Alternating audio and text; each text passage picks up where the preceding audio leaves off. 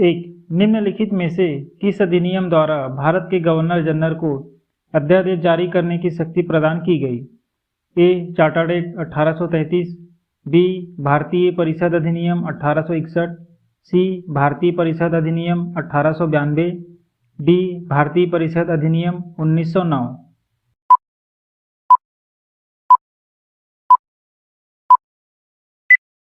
Answer B. भारतीय परिषद अधिनियम 1861। 2. संविधान सभा के सदस्य प्रतिनिधि थे? ए. जनता द्वारा प्रत्यक्ष निर्वाचित, बी. गवर्नर जनरल द्वारा मनोनीत, सी. जनता द्वारा अप्रत्यक्ष निर्वाचित, डी. कांग्रेस और मुस्लिम लीग द्वारा नामांकित।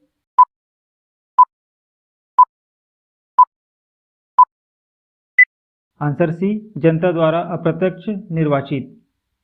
3. भारत को गणतंत्र क्यों कहा जाता है? ए. इसकी विधानमंडलों की अधिकतम संख्या जनता द्वारा प्रत्यक्ष चुनी जाती है, बी. यह राज्यों का एक संघ है, सी. भारतीय नागरिक मूलभूत अधिकारों का उपयोग करती है, डी. यहाँ राज्य का प्रमुख निर्धारित अवधि के लिए निर्वाचित होता है।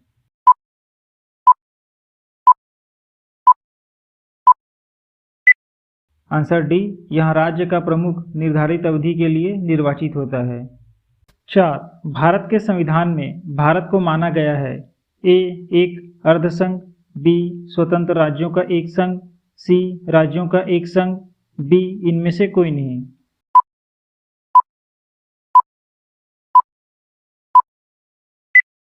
Answer C. राज्यों का एक संघ। 5. भारतीय संविधान के अंतर्गत संघ और राज्यों के बीच शक्तियों का विभाजन किसकी प्रेरणा पर आधारित है? A. America, B. Switzerland, C.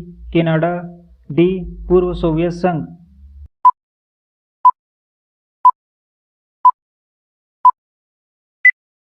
Answer C. Canada. 6. भारतीय संविधान कितने भाग में विभाजित किया गया है? ए. 16, बी. 24, सी. 25, डी. 22।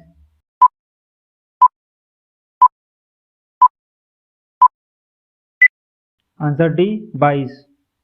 7. नौकरियों तथा शैक्षणिक संस्थानों में समाज के कमजोर वर्ग के लिए आरक्षण उपलब्ध कराने के लिए केंद्र सरकार को संविधान का कौन सा अनुच्छेद अधिकार प्रदान करता है?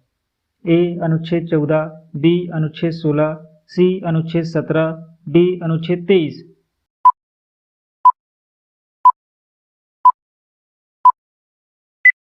Answer B. अनुच्छेद 16। 8. भारतीय संघ में किसी राज्य को सम्मिलित करने का अधिकार किसे है?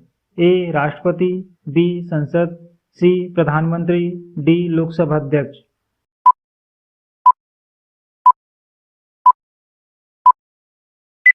Answer B. संसद।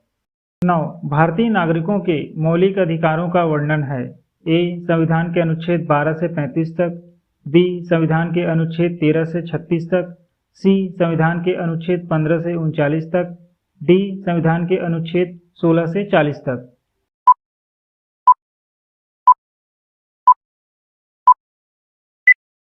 Answer A. संविधान के अनुच्छेद 12 से 35 तक। 10. भारतीय संविधान के किस अनुच्छेद में राज्य के नीति निर्देशक तत्वों का उल्लेख है? ए. अनुच्छेद 33 से 46, बी. अनुच्छेद 36 से 51, सी. अनुच्छेद 34 से 48, डी. अनुच्छेद 34 से 52।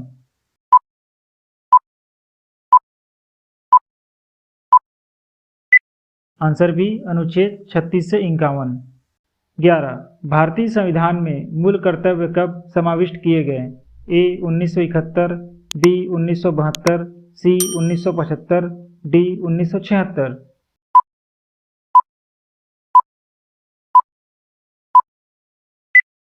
Answer D. 1976।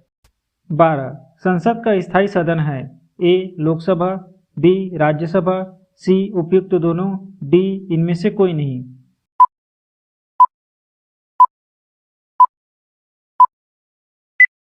Answer B. Rajya Sabha. 13. Bharat का राष्ट्रपति ए. राज्य का प्रधान है, बी. राज्य का प्रधान नहीं है, सी. राज्य और सरकार दोनों का प्रधान है, डी. केवल सरकार का प्रधान है।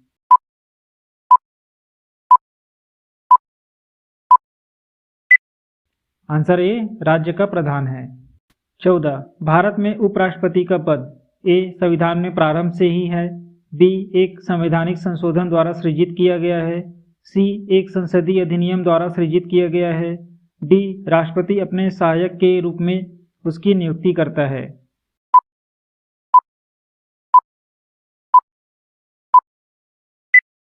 आंसर ए संविधान में प्रारंभ से ही है।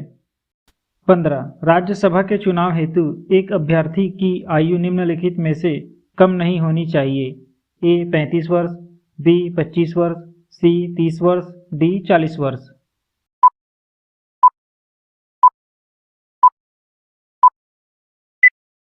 आंसर सी 30 वर्ष।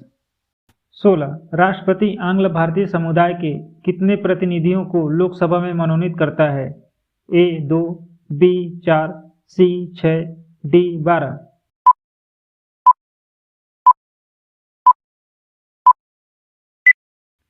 Answer A 2। 17 भारत के प्रधानमंत्री का पद ए संविधान द्वारा गठित है, बी परंपराओं पर आधारित है, सी संसद द्वारा पारित साधारण विधेयक द्वारा गठित है, डी उपयुक्त सभी असत्य है।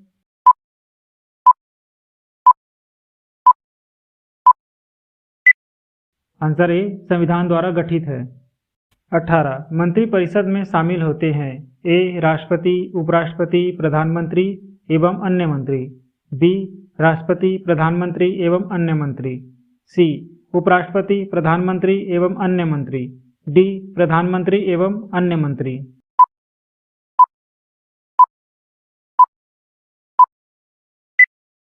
आंसर डी प्रधानमंत्री एवं अन्य मंत्री। 19 संवैधानिक दृष्टि से यदि देखा जाए तो उप प्रधानमंत्री निम्न में से किसके समकक्ष होता है? ए प्रधानमंत्री, बी उपराष्ट्रपति, सी लोकसभा अध्यक्ष, डी कैबिनेट मंत्री।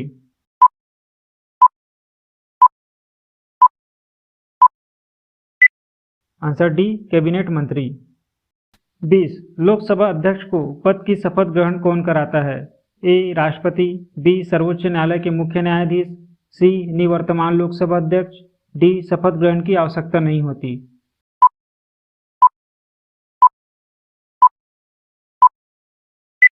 आंसर डी शपथ ग्रहण की आवश्यकता नहीं होती।